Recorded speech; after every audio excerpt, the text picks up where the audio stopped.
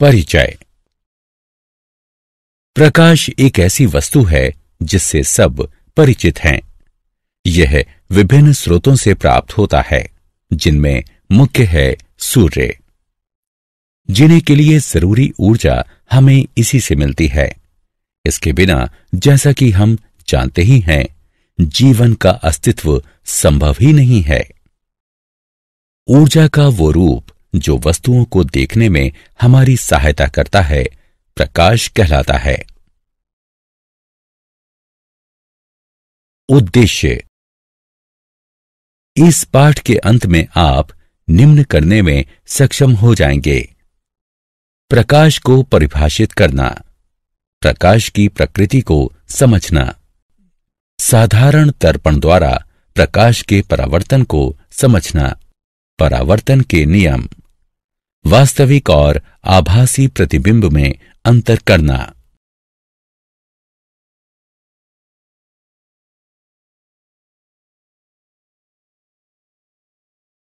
प्रकाश एवं प्रकाश के स्रोत।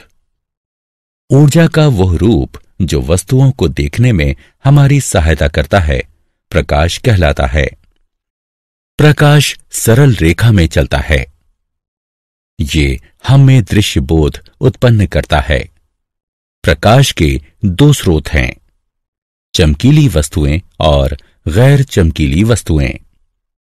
चमकीली वस्तुएं वे वस्तुएं जो अपना स्वयं का प्रकाश छोड़ती हैं, चमकीली वस्तुएं कहलाती हैं, जैसे सूर्य, लैंप, मोमबत्ती इत्यादि। गैर चमकीली वस्तुएं वे वस्तुएं जो स्वयं पर पड़ने वाले प्रकाश को परावर्तित करती हैं, गैर चमकीली वस्तुएं कहलाती हैं, जैसे चंद्रमा, कुर्सी, मेज इत्यादि।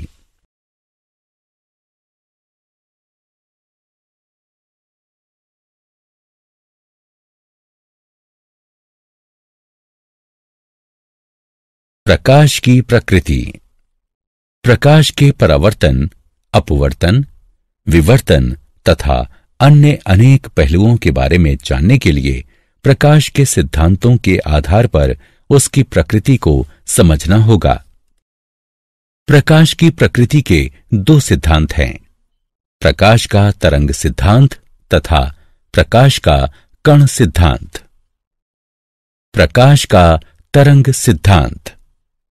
प्रकाश विद्युत चुंबकीय तरंगों पर आधारित होता है, जिन्हें प्रवर्धन के लिए किसी भौतिक माध्यम की आवश्यकता नहीं होती। इसके अभिलक्षण चिन्ह हैं विवर्तन, निष्कर्ष एवं ध्रुवीकरण।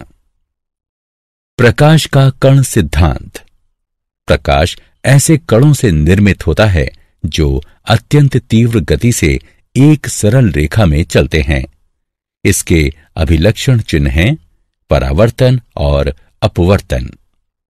प्रकाश तरंग और कण दोनों के गुण प्रदर्शित करता है। प्रकाश का स्वभाव दोहरा होता है।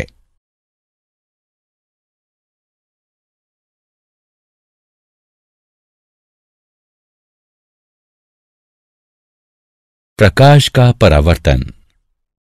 किसी वस्तु की सतह पर पड़ने वाली प्रकाश किरणों का वापस भेजा जाना प्रकाश का परावर्तन कहलाता है। चमकदार सतह वाली वस्तुएं खुरदुरी और धुंधली सतह वाली वस्तुओं की अपेक्षा अधिक प्रकाश परावर्तित करती हैं। चांदी प्रकाश की सर्वोत्तम परावर्तक है। सपाट सतह से परावर्तन। सपाट दर्पण कांच का एक पतला, समतल और चिकना फलक होता है, जिसके एक ओर रजत धातु की चमकीली परत चढ़ी होती है। इस रजत परत को लाल पेंट के द्वारा संरक्षित किया जाता है। आकृति को समझने के लिए आवश्यक पदों के अर्थ निम्नलिखित हैं: आपतित किरण।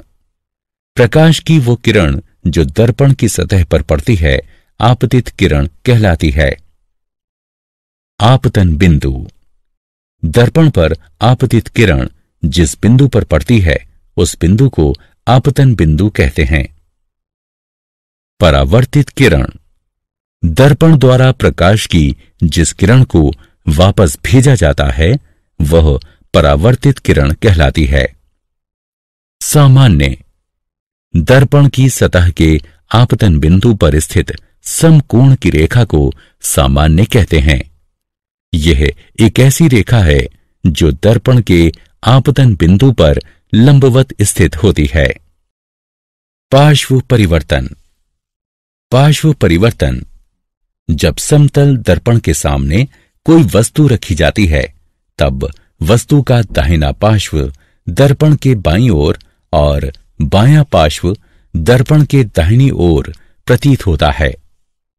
किसी वस्तु के पार्श्वों और उसके दर्पण प्रतिबिंब का यह परिवर्तन पार्श्व परिवर्तन कहलाता है। समतल दर्पण के संबंध में अभिलक्षण और उपयोग। किसी समतल दर्पण द्वारा निर्मित प्रतिबिंब के अभिलक्षण। ऐसा प्रतिबिंब आभासी होता है। ऐसा प्रतिबिंब सीधा होता है। प्रतिबिंब का आकार वस्तु के आकार जितना ही होता है। समतल दर्पण द्वारा निर्मित प्रतिबिंब दर्पण में पीछे उतनी ही दूरी पर होता है।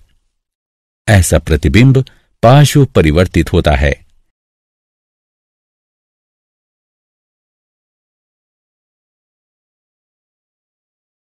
समतल दर्पण के उपयोग। इनका उपयोग स्वयं को देखने के लिए किया जाता है। इन्हें विशिष्ट दुकानों जैसे सुनार की दुकान की अंदरूनी दीवारों पर उन्हें अधिक बड़ा दिखाने के लिए लगाया जाता है। समतल दर्पणों का प्रयोग परिदर्शी बनाने में किया जाता है। इनका प्रयोग व्यस्त मार्गों के तीव्र मोड़ों पर दुर्घटनाएं रोकने के लिए किया जाता है। समतल दर्पण के उपयोग। समतल दर्पण का प्रयोग आईने के तौर पर किया जाता है। समतल दर्पण का प्रयोग सौर कुकर में किया जाता है। समतल दर्पण का प्रयोग कैलिडोस्कोप यानी रंगीन कागज से सुंदर आकृतियां बनाने में प्रयुक्त किया जाने वाला एक खिलौना, कांच के टुकड़े या छोटे छोटे मनके बनाने में किया जाता है।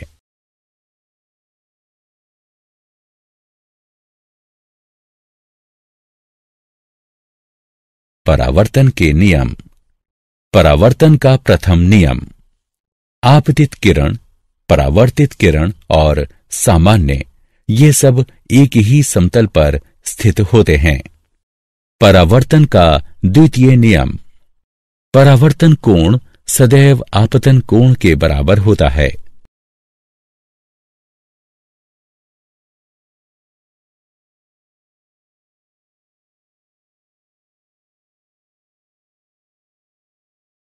बिंब और प्रतिबिंब में अंतर। बिंब कोई भी वस्तु जो प्रकाश किरणें उत्सर्जित करती है बिंब कहलाती है। प्रतिबिंब प्रतिबिंब एक प्रकाशिक प्रकटन है जो किसी बिंब से उत्सर्जित हो रही प्रकाश किरणों के किसी दर्पण द्वारा परावर्तित होने से उत्पन्न होता है।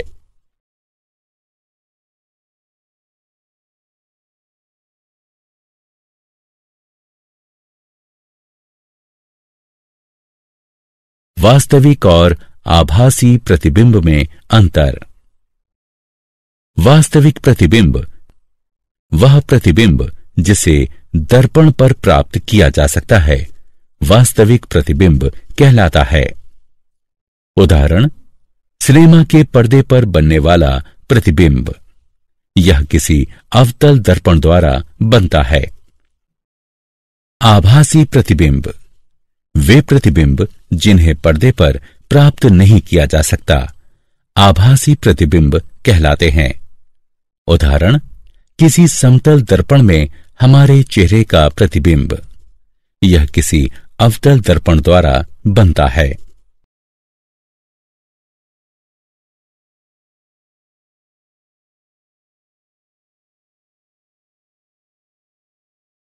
क्या आप जानते हैं दिखाई देने वाले प्रकाश का तरंगदैर्घ्य 380 से 740 नैनोमीटर के मध्य होता है और इसकी आवृत्ति 405 टेराहर्ट्ज से 790 टेराहर्ट्ज के मध्य होती है। प्रकाश जो कि फोटोन नामक नन्हे पैकेटों में निकलता और अवशोषित होता है, तरंग और कण दोनों के गुण प्रदर्शित करता है। यह गुण तरंग कण द्विविधता कहलाता है। निर्वात में प्रकाश की गति ठीक 29,97,92,458 मीटर प्रति सेकंड आंकी गई है।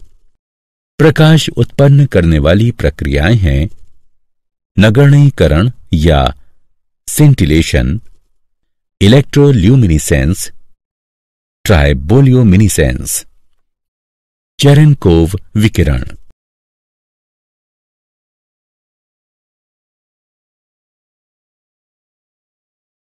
सारांश। आइए हमने जो कुछ सीखा है उसे संक्षेप में दोहराएं। प्रकाश ऊर्जा का ऐसा रूप है जो हमें वस्तुओं को देखने के योग्य बनाता है। प्रकाश तरंग और कण दोनों के गुण प्रदर्शित करता है। इस प्रकार प्रकाश की प्रकृति दोहरी होती है। किसी वस्तु द्वारा उस पर पड़ने वाली प्रकाश किरणों का वापस भेजा जाना परावर्तन कहलाता है। एक माध्यम से दूसरे माध्यम में जाते समय प्रकाश की दिशा परिवर्तित हो जाने को अपवर्तन कहते हैं। आपतित किरण द्वारा सामान्य के साथ बनाए गए कोण को आपतित कोण कहते हैं। परावर्तित किरण द्वारा सामान्य के साथ आपतन बिंदु पर बनाए गए कोण को परावर्तन कोण कहते हैं। आपतन कोण परावर्तन कोण के बराबर होता है। किसी बिंब से आ रही प्रकाश किरणें जब किसी दर्पण से परावर्तित होकर किसी बिंदु पर मिलती हैं तो प्रतिबिंब बनता है। समतल दर्पण में किसी बिंब के पार्श्वों और उसके प्रतिबिंब के पलट जाने का प्रभाव पार्श्व परिवर्तन कहलाता है।